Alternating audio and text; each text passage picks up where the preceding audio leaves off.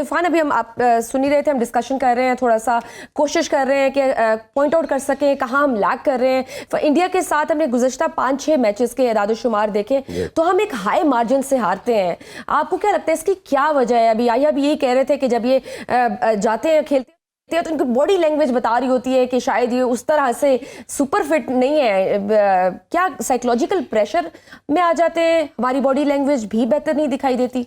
देखिए, इसके शजिया कई फैक्टर्स हैं। अगर हम पाकिस्तानी क्रिकेट का डिबैकल देखते हैं तो अभी से नहीं हुआ। ये स्टार्ट हुआ था जब सरफराज को कप्तानी से हटाया गया था। ये असल में वो पहला स्टेप था जो डिक्लाइन की रीजन बनी। फिर ग्रेजुअली ये 2-3 साल लड़के कोर अच्छा खेलता रहा, चलता रहा मामला। फिर ये 2023 के जो एशिया कप था उस टाइम से इंडिया के साथ जो मैच था कैंडी में, उसके बाद डिजास्टर हमारा स्टार्ट होता है। और उसकी रीजन कई फैक्टर्स हैं। सबसे बड़ा फैक्टर ये है कि ये जो 8-10 लड़कों का कोर था, इन्होंने किसी नए बच्चे को आने नहीं दिया। फिर जब इनकी आपस में टसल शुरू हुई, कप्तानी की जो बैटल शुरू हुई 2 प्लेयर के, और फिर सर्टन ग्रुप इनके एक दूसरे को अगेंस्ट जाते रहे, तो मेरा ख्याल है उसने पाकिस्तानी क्रिकेट को सबसे ज़्यादा डेंट किया। लेकिन अगर आप बात करते हैं, ओबियसली फिटनेस पे भी बात कर सकते हैं, दूसरे एरियाज पे भी कर सकते हैं, बट रिसेंटली अगर आप देखें तो ओडीआई फॉर्मेट के अंदर जो टेम्पलेट पाकिस्तान को मिला हुआ था वो बड़ा अच्छा था। T20 और टेस्ट में हमारी परफॉर्मेंस अच्छी नहीं थी, बट ओडीआई में हम देखें, हम साउथ अफ्रीका में वाइट वॉश करके पहली दुनिया की साइड बने जिन्होंने वाइट वॉश किया। फिर इसी तरह 22 साल के बाद ऑस्ट्रेलिया को हराया, जिम्बाब्वे सीरीज जीती। प्रॉब्लम कहाँ पे आता है? ये इनका मेंटल ब्लॉक है कुछ ना कुछ। और जो मैंने जिस तरह पहले कहा कि कुछ ना कहीं अंदर लड़कों का आपस में रिफ्ट भी है, कुछ किसी को पसंद नहीं करता, कुछ दूसरे प्रॉब्लम भी हैं। उससे रही सही कसर ये आ गई कि आपने सिलेक्शन ऐसी ऑड की इस चैंपियन ट्रॉफी के लिए। पूरा पाकिस्तान एक साइड पे था और जो सिलेक्शन कमेटी थी वो दूसरी साइड पे थी, और पूरा पाकिस्तान कहता रहा कि आपके पास एक ओपनर को रिप्लेस ओपनर के साथ करना चाहिए। इन्होंने नहीं किया। सारी दुनिया कहती रही कि एक स्पिनर के साथ आप सर्वाइव नहीं कर सकते, आपके पास एटलीस्ट 2 रेगुलर स्पिनर होने चाहिए। अच्छा, ये कोई जो दूसरी एक माइंडसेट है ना कि 4 स्पिनर और 6 बैटर के साथ या 7 बैटर के साथ जाना, ये सक्सेसफुल मॉडल नहीं रहा। आप इंग्लैंड को देख लें, वो स्ट्रगल करके बाहर हो गया इवेंट से, पाकिस्तान बाहर हो गया। अब वही टीम सर्वाइव करेगी जिसके पास बॉलिंग ऑप्शन 5 की बजाय 6 हैं। एटलीस्ट आपके पास 5 रेगुलर बॉलर्स होंगे तो आप ओडीआई में सर्वाइव कर सकते हैं, अदरवाइज आपका वो एक्सपोज होना बहुत मैंडेटरी है। या फिर जब हम आप जैसे ग्रुपिंग की बात हुई, ये पहले भी हुई, जब जितने मैचेस हुए हमने पहले भी ये बातें, ये डिस्कशंस हमने सुनी थी, तो जब हमें पता थी हमारी शॉर्ट कमिंग्स के कहाँ कहाँ हम लैग करते हैं, तो फिर हमने उनको सॉर्ट आउट क्यों नहीं किया? बात दरअसल ये है कि मैं कोशिश करता हूँ उतनी बात करूँ जितना मुझे पता हो और जितना मैंने देखा हो। ग्रुपिंग की बात हो रही है, टीम में ग्रुप बंदी की बात हो रही है, टीम में खिलाड़ियों के दरमियान तनाव की बात हो रही है। तो सबसे पहले सिलेक्शन की बात कर लेते हैं। सिलेक्शन पूरे पाकिस्तान ने तो करना नहीं था। पूरा पाकिस्तान बहुत सारी चीज़ों पर आवाज़ उठा रहा है, महंगाई पर बात कर रहा है, बिजली के बिलों की बात कर रहा है, पानी के मसले की बात कर रहा है, हुकूमत की बात कर रहा है। तो क्या पाकिस्तान में जो लोग हैं उनकी सुनी जा रही है? तो सिलेक्शन तो उन लोगों ने करनी थी जिनको क्रिकेट बोर्ड ने सिलेक्शन की जिम्मेदारी दी थी। और अगर सिलेक्शन गलत है तो मैं बहुत आपसे एहतराम से ये जानना चाहता हूँ कि 3 खिलाड़ियों की सिलेक्शन पर बात हो रही है कि बांग्लादेश की परफॉर्मेंस के ऊपर उनकी सिलेक्शन हुई है। उनमें से एक नाम खोजदिल शाह है, तो जो सबसे ज्यादा रन हैं 2 मैचों में, क्योंकि आज का मैच तो वॉश आउट हो गया, तो पाकिस्तान की तरफ से वाहिद बैट्समैन है जिसने 100+ रन किए हैं, वो खोजदिल शाह है। तो कैसे सिलेक्शन गलत हो गई उनकी? फिर बात हो रही है कि जी फहीम अशरफ को और उस्मान खान को गलत लिया गया, वो तो मैच ही नहीं खेले, तो कैसे सिलेक्शन गलत हो गई? फिर अब बात हो रही है कि जी खिलाड़ी जो है वो एक दूसरे की टांगे खींच रहे हैं, खिलाड़ी जो है वो मसाइल पैदा कर रहे हैं। तो ये तो फिर क्रिकेट बोर्ड की कमजोरी हुई। हमने तो नहीं देखा किसी खिलाड़ी को डिसिप्लिन पर टीम से बाहर किया गया।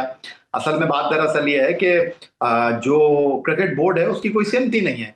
किसी दिन कोई फैसला करते हैं, किसी दिन कोई फैसला करते हैं, और उसके बाद यहाँ पर जो चेयरमैन आता है उसको लगता है कि वो क्रिकेट ठीक कर देगा। तो क्रिकेट बोर्ड का जो भी चेयरमैन आता है हुकूमत की आशीर्वाद से आता है। यहाँ पर सिलेक्शन जो है वो होती है, यहाँ पर मेरिट पर तो कोई आता नहीं है। तो यहाँ पर जो सबसे बड़ा मसला है वो ये है कि एहसान मानी साहब आए तो उन्होंने जो है वो 6 टीमों का कॉन्सेप्ट लेकर आ गए। उसके बाद अब जैदी साहब आए, मोहसिन रजा नकवी साहब आए, तो इन्होंने कहा कि जी डोमेस्टिक क्रिकेट का डेटा ही नहीं है, तो डोमेस्टिक क्रिकेट के अंदर प्लेयर ही नहीं है, तो भाई फिर ये टीम कैसे बन गई? ये टीम तो वही खेल रही है जो चैंपियंस कप के 2 टूर्नामेंट हुए उसमें तो टीम ही मुंतखब नहीं हुई। बात सिर्फ और सिर्फ जो है वो आपकी परफॉर्मेंस की है। ये जो खिलाड़ी खेल रहे हैं इससे बेहतर टीम हो नहीं सकती थी। ये पाकिस्तान की बेहतर टीम है, क्योंकि हम बात करते हैं कि जी स्पिनर होने चाहिए, तो भाई आपके पास तो वो स्पिनर है ही नहीं। जो बैटिंग भी कर सकता है, और अगर स्पिनर होते भी पाकिस्तान टीम में तो वो खेलते नहीं, वो बाहर बैठे रहते हैं, क्योंकि 3 फास्ट बॉलर आपने खिलाने थे, शाहीन, हारिस और नसीम। आप मुझे बता दीजिए, क्या इनके बगैर टीम बन सकती है पाकिस्तान की? अगर इनके बगैर पाकिस्तान की टीम बन सकती है तो फिर आप मुझे स्पिनर डाल के दिखा दीजिए। सही, तो आप कुछ ऐड ऑन करना चाहेंगे इरफान इसमें देखिए, जैसा याया भाई कह रहे हैं, मेरा इस पे थोड़ा सा डिफरेंट पॉइंट ऑफ व्यू है। जिस तरह मैं पहले बात कर रहा था कि आपके 5 रेगुलर बॉलर के साथ जाना चाहिए था, बॉलिंग के अंदर आप डेप्थ पैदा कर सकते थे। साजिद खान आपके पास एक ऐसी कमोडिटी थी जो 7वें 8वें नंबर पे आके हिटिंग भी कर सकता है। हम उसकी टेस्ट में परफॉर्मेंस देख चुके हैं। वो बॉलर भी बड़ा तगड़ा है, बॉडी लैंग्वेज जो लैक करती है हमारे पास वो आइडियल सिनेरियो था। चले फिर आपने उसको कंसिडर नहीं करना था तो वाइट बॉल में आपने सुफियान मकीम को रखा, फैसल अकरम को जिम्बाब्वे सीरीज में रखा। मेरा मानना यह है कि ये जो फैसल अकरम था ये आज ये पाकिस्तान की हिस्ट्री का बेस्ट बॉलर बन सकता है।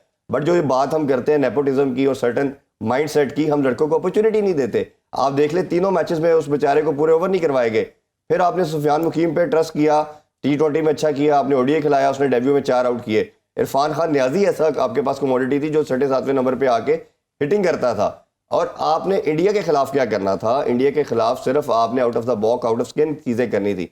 आपने चांस लेना था रादर दैन कि आप उस्मान खान के साथ करते या उस्मान खान के साथ जाते, आप इमाम को आपने रखा या साउथ शकील को बिठाया जा सकता था और आप चार्ज करते। आप कन्वेंशनल क्रिकेट खेल रहे हैं। 162 बॉल्स हमने जो है न्यूजीलैंड के अगेंस्ट डॉट खेली, फिर हमने 152 खेली इंडिया के खिलाफ। ये दुनिया की कौन सी क्रिकेट है? या देखिए, क्रिकेट में 2 चीजें होती हैं, या आप अटैक करते हो या आप ऑब्वियसली आउट हो जाते हो। ये क्रिकेट, ये माइंडसेट क्या है कि आप रोकते चले जा रहे हैं, जिसे कहते हैं क्रिकेटिंग। बिल्कुल सही। आई होप कि जहाँ हम लैग कर रहे हैं, इस पूरी डिस्कशन का मकसद यही था। लास्ट चीज ये कि अकाउंटेबल जब तक नहीं ठहराएंगे ना, आप लास्ट वर्ल्ड कप के बाद भी सर्जरी का वर्ड बोला गया, कुछ नहीं हुआ। बिल्कुल ठीक, अपनी गलतियों को निशानदेही करके उनको मानने की जरूरत है। बहुत शुक्रिया याया हुसैनी और हमारे साथ मौजूद थे। नाज़रीन, प्रोग्राम में आगे बढ़ते हैं। इन सियासतदानों के एहसासों के हवाले से फौफन ने एक रिपोर्ट जारी की है जिसके मुताबिक हमारे हर दिल अजीज वजीर आजम शहबाज शरीफ साहब, जो हाल ही में सेंट्रल एशिया का दौरा करके आए हैं, जो पाकिस्तान में सरमायाकारी लाने के लिए दिन रात कोशिशें कर रहे हैं, उनके ज़्यादातर असासे बैरून मुल्क में हैं। वज़ीर आज़म शहबाज शरीफ ने 2024 के इंतखाबात में 7 करोड़ 30 लाख रुपए के असासे ज़ाहिर किए, जबकि 2018 से 19 में जो उन्होंने असासों की जो तफसीलात बताई थी वो 31 करोड़ रुपए थे। नवाज शरीफ ने गुज़श्ता इलेक्शन में अपने कागजात नामजदगी में सिर्फ 15 करोड़ 50 लाख रुपए जाहिर किए हैं, जबकि इससे पहले इंतखाबात में उन्होंने 1 अरब 80 करोड़ रुपए के असासे जाहिर किए थे। दीगर अफराद में आसिफ जरदारी ने 2 अरब रुपए और बिलावल भुट्टो जरदारी ने 1 अरब 90 करोड़ रुपए के असासे जाहिर किए। आसिफ जरदारी ने 2018 के इंतखाबात में 9 करोड़ 90 लाख रुपए के असासे मुल्क में और 65 करोड़ 40 लाख रुपए के बैरून मुल्क असासे जाहिर किए थे, जबकि इस वक्त बिलावल के असासे 1 अरब 58 करोड़ रुपए थे। दूसरी तरफ पिलडेट ने हुकूमती वज़रा की कारकर्दगी के हवाले से रिपोर्ट भी शाया की, जिसके मुताबिक वज़ीर कानून आज़म नज़ीर तारड़ पहले नंबर पर थे। कानून साजी के हवाले से उन्होंने सबसे ज्यादा 38 हुकूमती बिलों की मंजूरी करवाई, जिनमें आईनी तरमीम भी शामिल है। ख्वाजा आसिफ ने कारकर्दगी के हवाले से दूसरी पोजीशन और कैसर अहमद शेख ने तीसरी पोजीशन हासिल की है। पिलडेट रिपोर्ट के मुताबिक वज़ीर आज़म शहबाज शरीफ की पहले पार्लिमानी साल में पार्लियामेंट में हाजिरी सिर्फ 18% रही। कायद मुस्लिम लीग नून मियां नवाज शरीफ साहब ने पहले पार्लिमानी साल में सिर्फ 5 मरतबा असेंबली इजलास में शिरकत की। अफसोसनाक सूरत हाल यह है कि पहले पार्लिमानी साल में हमें जमहूर की आवाज़ बहुत कम सुनने को मिली। ज़ाती मफाद के लिए कानून साजी हुई, अवामी मफाद को पसे पुष्ट डाल दिया गया और पार्लियामेंट के अंदर से ही अवाम के नुमाइंदों की गिरफ्तारियां भी देखने को मिली। ये अलग बात है कि किसने अवाम के नुमाइंदों को गिरफ्तार किया, अभी तक जिम्मेदारान का तयन नहीं हो सका।